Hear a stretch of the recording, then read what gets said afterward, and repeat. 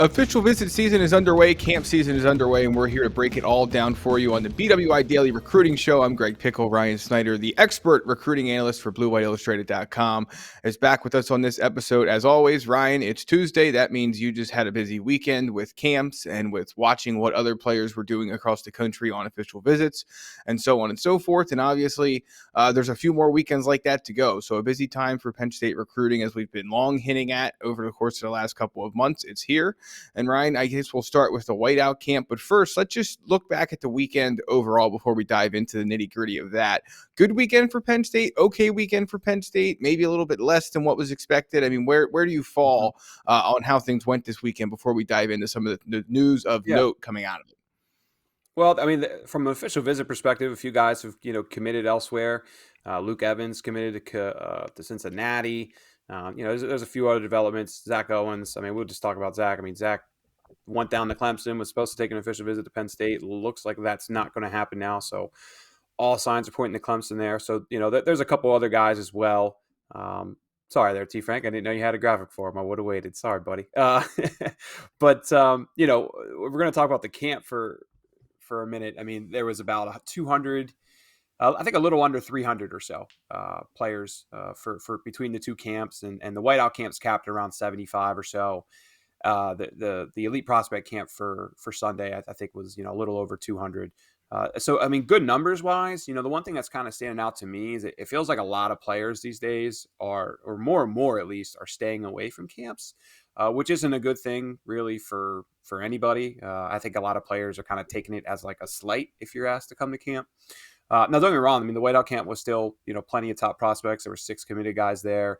A couple others got offers that we'll talk about here in a second. But, when I compare it to some previous Whiteout camps, it didn't have, quite the amount of scholarship players, I guess you would say, guys who already had a Penn State scholarship coming into it. And, I do think that's a trend we're just seeing all across the country. Of course, I don't have complete camp lists for Ohio State and Clemson and, all these other top schools. But, just from talking to colleagues of mine, I mean, that's something that, going back to last year, we've just talked about behind the scenes is, more and more of those top players, guys that already have scholarships, they have no interest in coming to camp. And that's just not something we've always seen. So something to keep an eye on here as we go through the next couple of weeks. Penn State has, I believe, like 4 or 5 more prospect camps coming up, plus a few 7-on-7. So we'll see how those lists end up.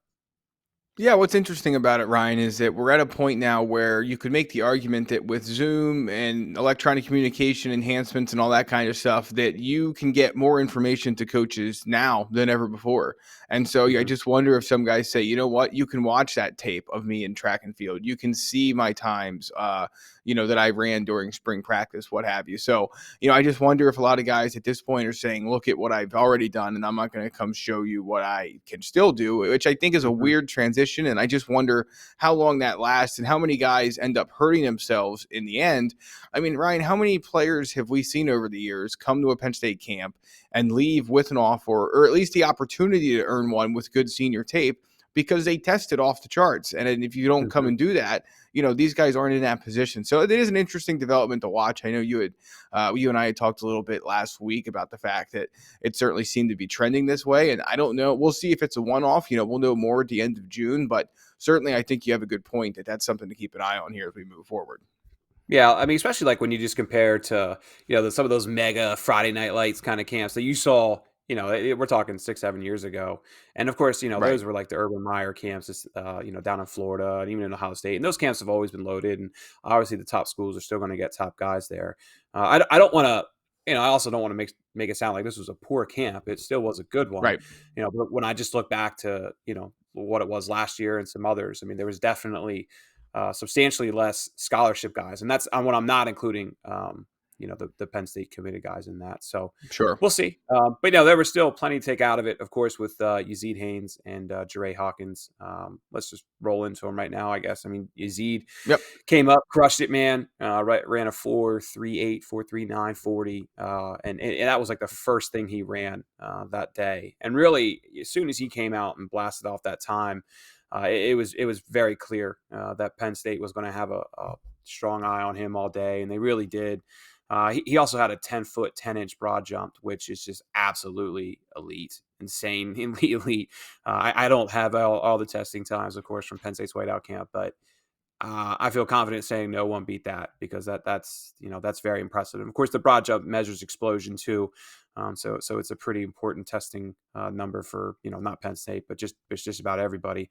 Had a good shuttle too. I don't have it offhand, but I believe it was 4.2, 4.3, so that's great. But of course, he's coming back for an official visit this upcoming weekend. I expect Penn State to go all out now after this. I mean, you don't really get offers for camps, and they're not really committable, right? I mean, that's you come to camp Right. to shore up all those loose ends. Okay, so I expect him to be here this upcoming weekend.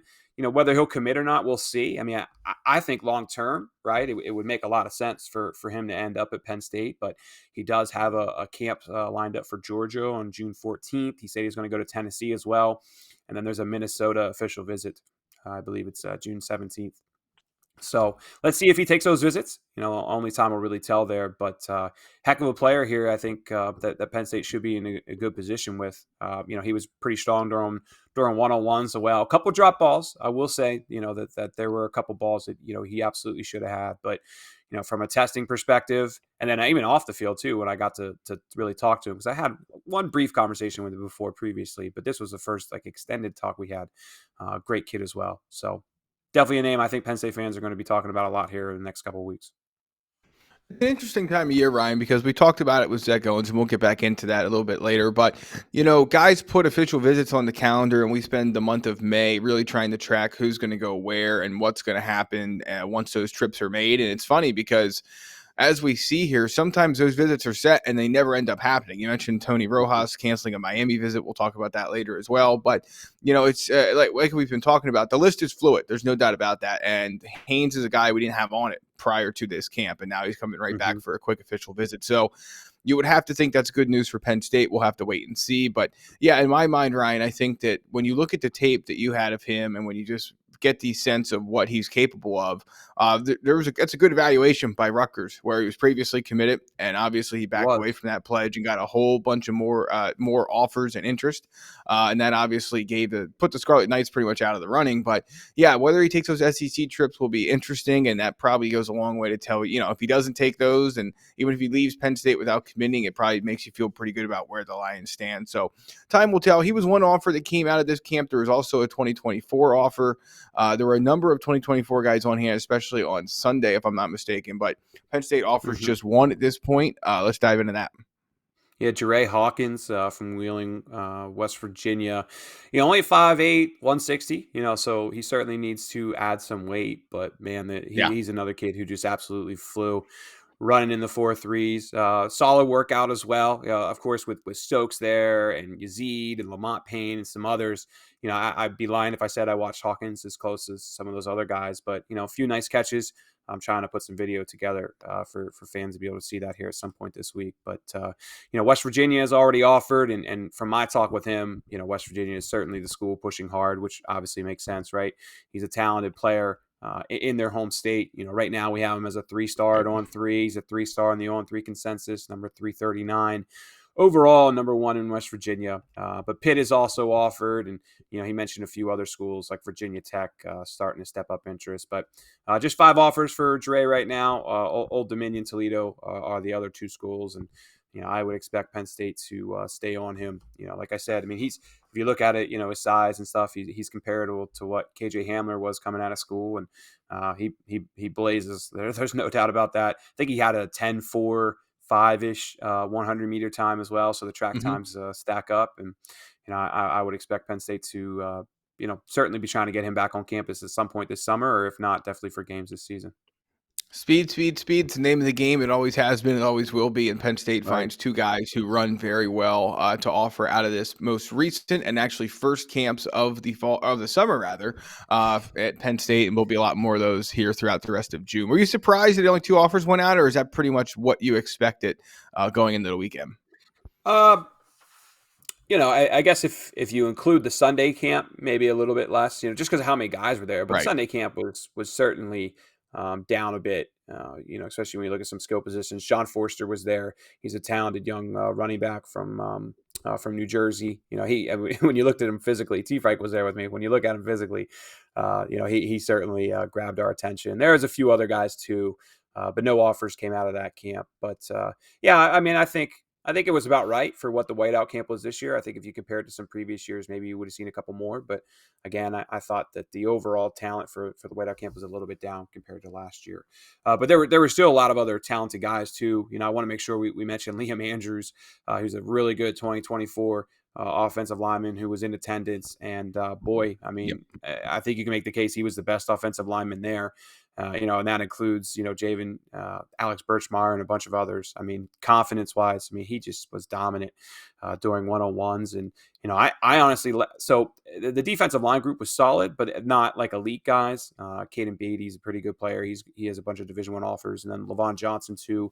But there wasn't, stacked defensive line competition for these guys. So I don't want to put incredibly too much stock on it. But, I also left that and seeing some of Liam Andrews' testing numbers, for example, I believe he had an 8-foot, little over 8. I think it was 8'10" broad jump, which is very good, for someone who's 270 pounds.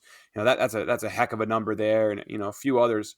I think and just watching his one-on-ones as well. I certainly kind of left that with the mindset that, hey man, this is a potential 5-star player.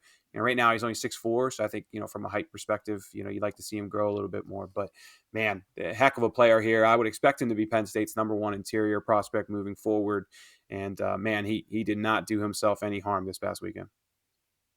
Very good. Yeah, he was a player that we didn't have on the initial list, Ryan, but certainly when you saw he was there, it added a little bit of oomph to that offensive line group that was very good to begin with the number of guys who are committed. So a good weekend overall for Penn State. We'll see where things go from here. You're listening to the BWI Daily Recruiting Show on June 7. That was Ryan Snyder breaking down the latest Penn State Whiteout camp and what happened over the weekend. We're going to now move on to a non-camp related note, but still a visitor from last weekend. Ryan, let's wrap up Jason Moore's official visit. Penn State hosted the DeMatha Catholic standout defensive lineman for his first official visit. He has a few more to go later this month, but the Lions get the first crack at him. And look, I think if you look at the On3 recruiting prediction machine, you would see that Notre Dame has a sizable lead in that recruitment. I think if you look at some of the interviews he's done and whatnot, the Fighting Irish certainly are, I think, the team to beat. There's no question about that. And Michigan and Ohio State are pushing hard as well. So I'll put it to you. And I know you can get to talk to him yet. Chad Simmons from On3, the national recruiting director, rather, had the chance to speak with him. And I mean, the quotes were good, but, no one's ever done an interview coming out of an official visit, Ryan, and said bad things about the school they visit. It may have happened once in the last 50 years, but I doubt it. So you don't necessarily want to read too much into that. But where are you at this point with him? Does Penn State have a realistic shot of climbing the very tall mountain that is in front of them to overtake the schools we just mentioned? Or is this one truly the longest of long shots, which is what it looks like from the outside looking in? Yeah, I mean, the longest of long shots I think would be a little harsh. I mean, we'll put it this way. I talked to 2 people in the last 24 hours who, connected with the visit, and both of them felt very good coming out of the visit. I had one person say that they felt like they are the leader coming out of the visit, but you got 3 visits to go. and when you're the first and you got 3 more to go, it's not going to be easy, to defend off an Ohio State and Michigan and a Notre Dame. So it's an elite group of players or elite group of schools that are in play for Jason Moore. But the visit certainly went well. I mean, there's been a lot of feedback that his family enjoyed the trip there, and that his family's always meshed well with Penn State. That's something I've consistently been told, really since his first visit back in the fall. But again, that you have 3 awesome schools pushing for him. He's going to take 3 more visits, and Penn State's going to have to try and hold them off. So I do feel like they set a high bar from everything I've gathered, and people on Lash seem to feel good about the what they rolled out and just how the visit went overall. But again, Notre Dame was kind of perceived favorite going into this. They'll get them on campus soon. And, Michigan, I would think Michigan would be 4th on that list because Larry Johnson, Ohio State, those ties to Matha in that area are pretty strong as well. So let's only time's really going to tell on this one, man. It's a hard one to read. But Penn State certainly feels like they put their best foot forward. Well, and that's all you can ask for, right? I mean, I know that you prefer to get the last official visit when you're able to do so. However, as we're starting to see across the country here, if you get the first one, you knock it out of the park and you're one of the schools at the top, That may lead to some canceled visits down the road. I'm not saying that's the case here, but just the fact of the matter is that Penn State did what it could to put itself in the best possible position with Jason Moore. And now, as you say, we're going to have to wait and see how this plays out from here, because ultimately, as we know, June and official visits will tell a tale in this month as soon as, when, as far as it goes with commitments coming in the future. So we'll see. But Moore is a very good player. Obviously, Penn State has had success at the mat, so that doesn't mean they'll have success in this recruitment. But I think Penn State fans overall, Ryan, should feel good about the fact that Penn State put its best foot forward, and we'll see if that is enough in the end. And we know that, again, there's at least three formidable foes that are going to get to host him here later this month. But, the fact that the family clicks with him as well is probably something that is notable, and we'll see how this one shakes out. They need to get him if they want to have a top 10 class. If they don't have a bunch, they need more of those, top 60, top 70, guys who could potentially even jump into 5-star range. So, that'll be incredibly important for them if they're going to be a top 10 class this year. So time will tell. But again, Penn State feels good about the visit they had. And the one good thing I guess you would say is, they didn't really want to host a lot of guys during Whiteout camp weekend, but the fact that the only other official visit this weekend was Damian Robinson means that, Jason got an incredible amount of attention outside of those, 4 or 5 hours that Whiteout camp was going on. So that's certainly a positive. When you're the only uncommitted guy on campus, you're certainly going to get everything thrown at you. And, we'll see if it's enough in the end. Robinson now on campus, by the way. Of course, the Maryland transfer linebacker who will play defensive end at Penn State is now enrolled. So good news for Manny Diaz, John Scott Jr. and the crew there. But yeah, as you mentioned, Moore was by himself on campus. Always a good thing. It's going to be not the case this coming weekend. We'll probably dive into that at the end of the show. But there's a lot more guys coming to town this coming weekend for official visits. You're listening to the BWI Daily Recruiting Show. Ryan Snyder and Greg Pickel taking you through the latest news on the recruiting front for Penn State. Ryan, we kind of hit on it a little bit earlier, but let's dive into some Zach Owens conversation. Now, remember, if you want this information before it hits the podcast and even a little bit more, you can join us inside the Lions Den forum and, of course, at BlueWhiteIllustrated.com for $1 for 1 year of access to On3 Plus, 2on3, to the BWI Premium Forum, the Lions Den. You can find out everything about Penn State recruiting, football, and much more by visiting us and subscribing for $1 for 1 year of access at BlueWhiteIllustrated.com. You had put a note on the board earlier this morning, Ryan, about how, and we're talking on Tuesday, June 7th, for those of you that don't listen on the day they come out, but Zach Owens has put his decision date out after visiting Clemson. He will make his announcement on June 4. And for Penn State, they looked like the leader at one point, but at this moment in time, you have flipped your recruiting prediction prediction to Clemson. Yeah, he's going to Clemson, guys. Pretty much. It's not all said and done, right? There's a month to go. Penn State might get him, but I don't expect him to come for a Penn State official visit. And whenever you're putting out a commitment date right after an official visit and you're canceling other official visits, the writing is kind of on the wall. But it's certainly, now look, I mean, he came on the scene, came for one visit, and it was just incredible. Everything was great. All signs were pointing to Penn State there. And there was even a little bit of talk that he was, I'm not going to say a silent commit, but he was, certainly hinting that Penn State was the school to everybody. And then here we go on a next visit, and now apparently he's committed. So from that perspective, you would think that Penn State's still going to push hard to get him here, but as of June 7th, he's saying that visit's not going to take place, and that he's going to, or I assume he's going to end up at Clemson. He hasn't really said that yet, but I mean the writing's on the wall. So it's certainly a miss for Penn State, but it's not like this was like a long drawn out recruitment where. A Rodney Gallagher, for example. I mean, I look at that as much more of a bigger miss than this. And you have Evan Link still there. Samson Okunlola had you in your top 9 last week, so that's positive. And we'll see if a few other guys emerge as well. But Penn State has to get Link, man. I've talked about it 1,000 times. I'll say it 1,001. I mean, he's incredibly important.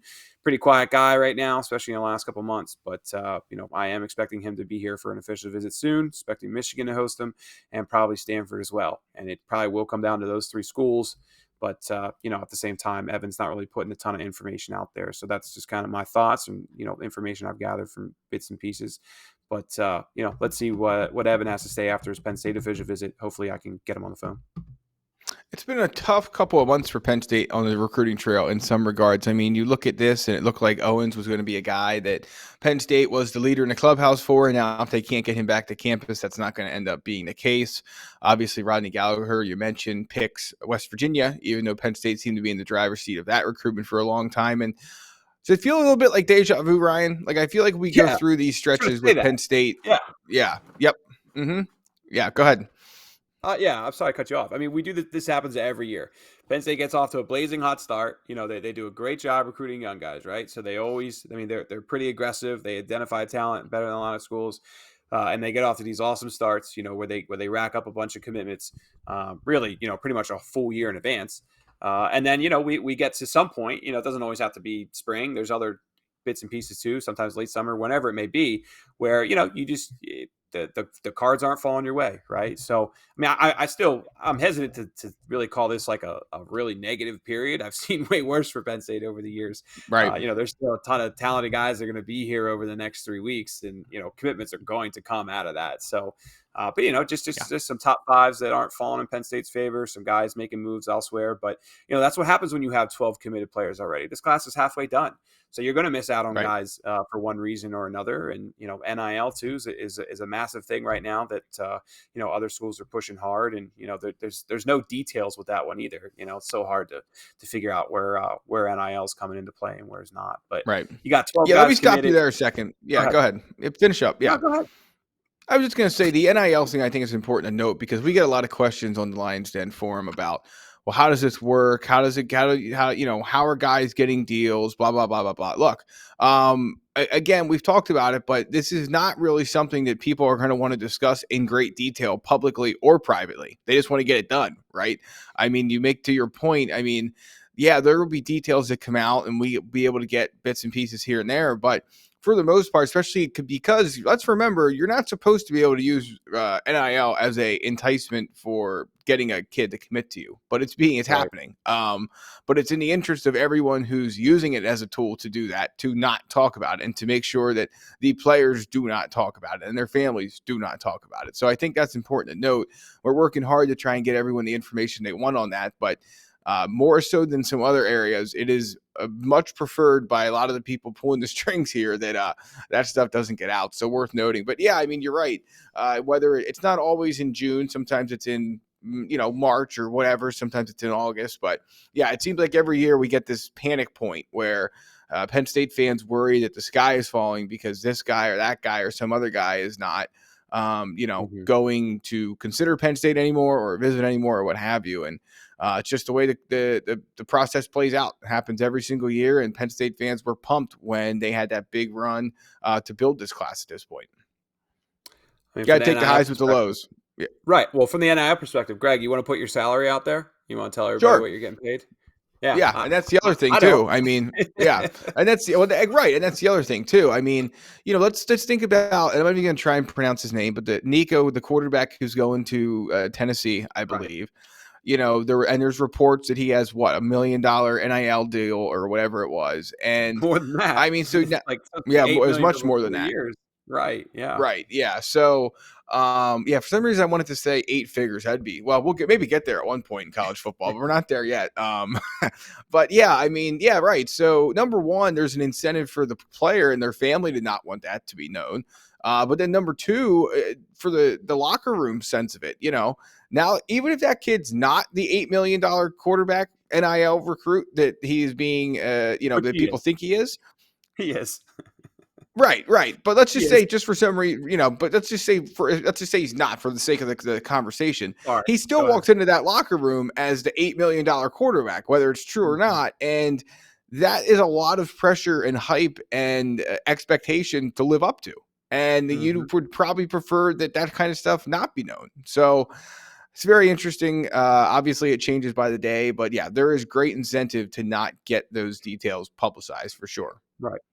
Again, and to go back to the real point we're talking about is you're never going to have a perfect recruiting class. The cards are Right. never going to fall perfectly. You're going to have spurts, and when you get more commitments, it's harder to get commitments, right? Because you have guys in certain positions, players, want to always be the number one guy in the class, even though, Penn State has 4 offensive linemen committed. I mean, I'd be surprised if Clemson wasn't using that on Zach Owens, right? I mean, it Sure. make complete sense. I would too if I was them. So it's just you're always going to have this. And if you watch Ohio State recruiting, or if you follow Ohio State, you follow Georgia, you follow whomever it may be, they all go through this. Now, some of those schools are missing out on top players, but they're still going to have a few week stretches where it feels like things aren't going perfect. But in reality, Penn State's going to be just fine. They're going to have a class that finishes top 15, I think, minimum, probably more like a 11, 12, 13 range. Like that's kind of what I see from the outside looking in right now. But of course, Right. our own three consensus, I do want to bring up like our own three consensus rankings. This is why we did them the way we did them, which is, of course, it reads all the Power 5 commitments across the country and averages it out, right? So Penn State's 8th right now in that average, and this ranking is designed to predict where Penn State's going to finish at the end. Now, of course, the thing I'm seeing is there's not a ton of top 100 guys that are really high on Penn State's radar right now. And of course they have, number Right. 31, number 64 with Javen and Birch. So that's inflating them a bit. And as other schools get top guys, it'll drop them down. So, I think we're going to see another class that's, just outside the top 10, inside the top 15, which is what James Franklin has consistently done for years. And those classes are great. Those classes are going to put you in the top of the Big Ten year in, year out. You got to develop those guys to get back to a Big Ten championship. And if they can do that, Penn State fans will be just happy. Yep. Regardless of where things play out now, if it Yep. leads to that later, all will be well that ends well. So, all right, we're coming down the home stretch this edition of the BWI Daily Recruiting Show. Ryan, wrapping up with final thoughts. We can go anywhere you want here to start this off. I know Jalen Braxton's no longer visiting. I know visiting Penn State. Tony Rojas is no longer visiting Miami. I mean, you take this wherever you want to go, but there are a couple of schedule changes that we should note before we get out of here on this Tuesday edition of the BWI Daily Recruiting Show. Well, I mean, I think we skipped over one thing that was pretty important earlier, which is kind of my fault. I should have led into it. The committed guys that were at the Whiteout camp. I mean, we didn't really talk about Oh how yeah, yeah. Birchmeyer We should. did, Yeah, how we did. Cooper We did Cousins jump did. over that. Yes. Yep. And they all. I mean, it was fun. It was a great time. I mean, it was my first time watching Marcus Stokes up close. I saw him a little bit at the National Combine in San Antonio, and I had to catch a flight that day, so I didn't get to watch one-on-ones and some other things. But man, Stokes. Anybody watch the highlights, T. Frank's linking them for us. Like, he is just chucking this thing all day long. And I like that in a camp setting, especially when you're committed, right? I mean, you don't have a lot to lose. So he was letting it fly all day. And it was fun to watch, man. He's got a better arm. I mean, we knew he had a good arm. I don't want to knock it or anything like that. But, I mean, just seeing it up close, he made some impressive throws throughout the day. And Penn State was matching him up with Yazid Haynes all day, which was great. I mean, it was every time I saw just pull Yazid to the side, it was like, hey, you're going with Stokes.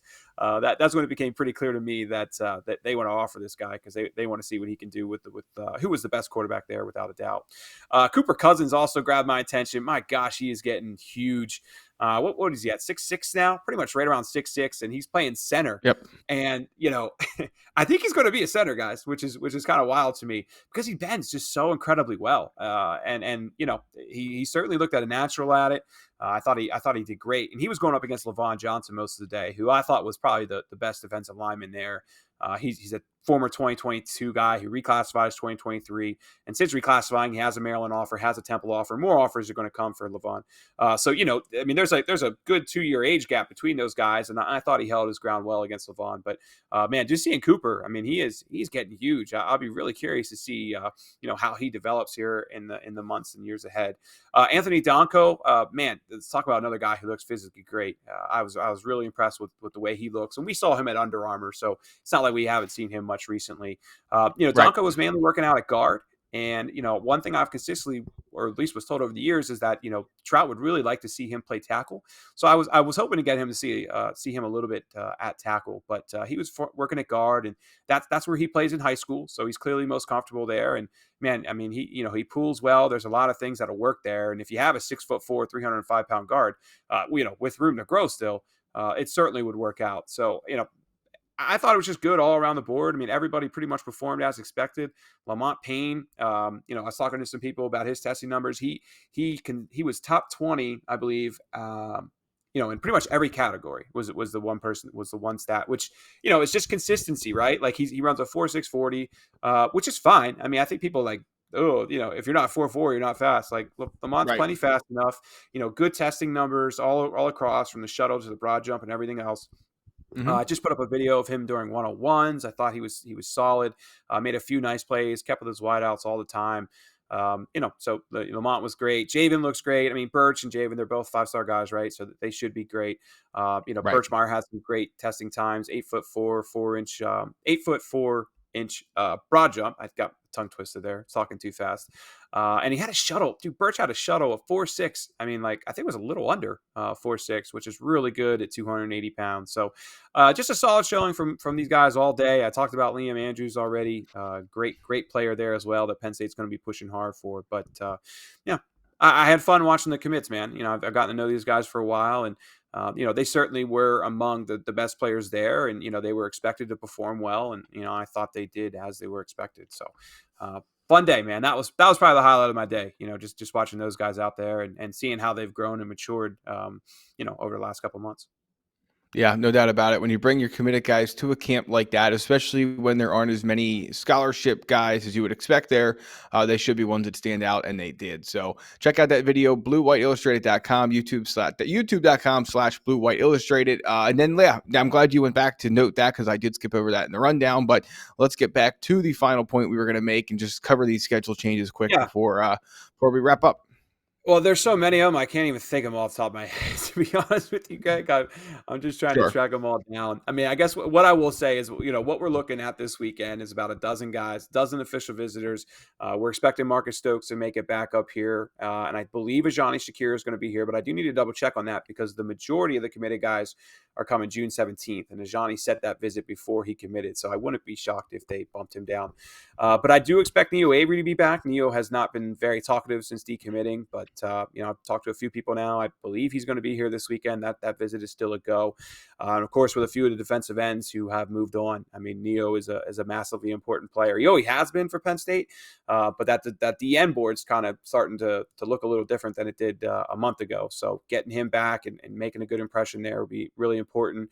I mentioned Yazid Haynes is going to come back. I mean, if I'm watching somebody for a commitment this weekend, I would look at Yazid Haynes. There's a couple guys. Corey Lucius too. I've hit on Corey in recent podcasts here. I think he's a player that Penn State is serious about. Moves really well. Would be a good outside linebacker prospect. Evan Links, of course, expected to be back. I can rattle off others too. Dakari Nelson, Andy Jean's going to be an interesting guy out of Miami, Florida. So I think he's going to end up here. No, but the fact that they're getting him for an OV is important. But actually, Dakari, I kind of skipped over. Man, my headphone keeps falling out. Sorry about that. Dakari Nelson, man, just a special player there. He could maybe potentially grow into a linebacker down the road. 6'3", 194, and Penn State seems to have some serious momentum with him. I know my one coworker, Adam, or my former coworker, Adam Gorney, he thinks Dakari is leaning towards Penn State right now, which I thought was interesting. I think Penn State certainly will take him, no doubt about it. And I'd like to see how some other things stack up, but it's going to be a good visit weekend. I mean, this will be the first of 3 really good visit weekends where we're going to have probably about a dozen guys on campus and 1,000 calls to make on Sunday. So we'll see what comes out of it. If I had to point towards somebody for a commitment, I'd probably say Haynes. But Evan Link's been really quiet too, so who knows, man? Maybe Evan could pop. I mean, Tyreek Blanding's another guy I didn't mention too, who will be up here, a solid defensive line prospect from Christ the King in New York. So good weekend. I'm sure we'll add probably a guy or two as well. We got a few more days to go, so let's see what happens. Plenty to follow this weekend. You can find all the latest information at bluewhiteillustrated.com, where it's $1 for 1 year of access. As we say every week, it won't last forever, so join us, bluewhiteillustrated.com. For Ryan Snyder and Thomas Frank Carr, I'm Greg Pickel. We are wrapping up another edition of the BWI Daily Recruiting Show. We'll catch you next week. T. Frank will be back with the BWI Daily on Wednesday. And remember to stay tuned. The recruiting news never stops here in June. We will catch you next time.